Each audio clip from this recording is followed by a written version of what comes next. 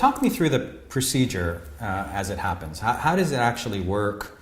And maybe we want to get into a little bit about what actually happens on the eye to change it, so that someone can see. Yeah. So when we wear glasses or contact lens, we're effectively wearing a shape of a lens to bend light and correct the imperfect shape of the eye. Okay. And what we do with laser eye surgery is we effectively sculpt that correction onto the surface of the eye, so into this clear window on the surface, the cornea. We sculpt your prescription on there, so that effectively neutralizes or corrects the imperfections that were there in the first place.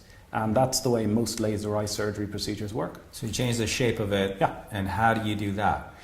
We've got different lasers. There's two main ways of doing it. So the older generation of lasers, the first and second generation of laser eye surgery, were known as first PRK, or LASEK, L-A-S-E-K.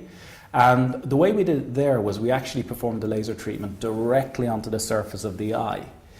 That unfortunately left patients with effectively a large scratch on the surface of their eye, which would take... Sound good. It's a very good, very safe, very accurate treatment, but it's bloody sore.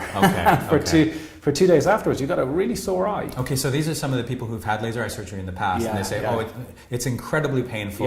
You don't want to do it because I was sore for weeks. Exactly. They're describing the first generation laser eye surgery. And very rarely, we still perform that, but there's specific indications and specific prescriptions that we would choose to do that for.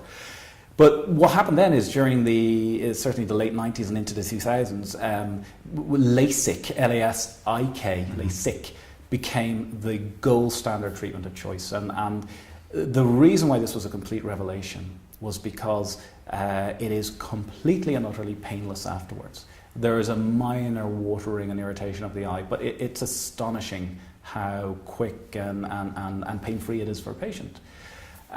Just after or during too? Oh, both during and after. Feel nothing? Absolutely not. Okay. So what happens in LASIK is we create a very thin flap on the surface of the cornea, and we use a laser to do that. Now, in the old days, we used to use a blade, and that really put people off. They just, the concept of running a blade across the cornea, that sounds terrifying. That just does not happen anymore. Okay. There is no such thing as a blade used in laser eye surgery. We use a laser to make a very thin flap in the cornea, and effectively we do this and we peel open the flap like that. We then sculpt your prescription inside the cornea and place the flap back down, and the eye is unaware that any treatment has taken place. There is minor watering and irritation for a couple of hours afterwards, but it truly is very minor indeed. And that, as I say, the rapid improvement in vision, within 12 to 24 hours, the vision is crystal clear. And the fact that there is minimal symptoms and no pain afterwards have revolutionized, LASIK revolutionized laser eye surgery. But then that brings us on to the third generation of laser eye surgery. LASIK, for all the brilliant things about it, there are some issues that occasionally cause problems for us.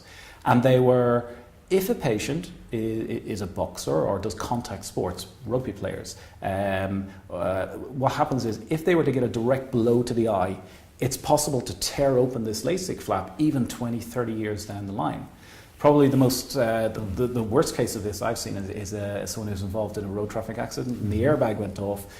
The airbag hits his face, compresses both the eyes, and both LASIK flaps are torn clear off. It was an astonishing case. So, and that's 20 years after the original treatment. So that is, although it's very rare, it's a worry for some people. And if you're a professional rugby player, then that's just not safe. Second issue with LASIK was that when we make this flap, we actually cause quite a bit of damage to the nerves in the cornea. Now they recover, but it can take between 6 and 12 months for them to fully recover. And as they're recovering, we see occasionally severe dryness of the cornea, because these nerves are critical in telling your eye it needs to make more tears. But if they're damaged, your eye doesn't know it needs to water. So dry eye, and that's where all this stuff about I can't have laser because I've got dry eyes, that's where that came from. Okay. So yeah, so they were two major kind of when they cause a problem, the problems tended to be quite major. So And that's where all this folklore about dry eyes and it comes from, is from that. And issues like night vision problems and other starburst, halos, I've heard of that being a concern. Again, that was something that that's very much historical now. Okay. And yet it's out there in the public that, oh my God, don't have laser, your night vision will be terrible. Yeah. Nothing could be further from the truth.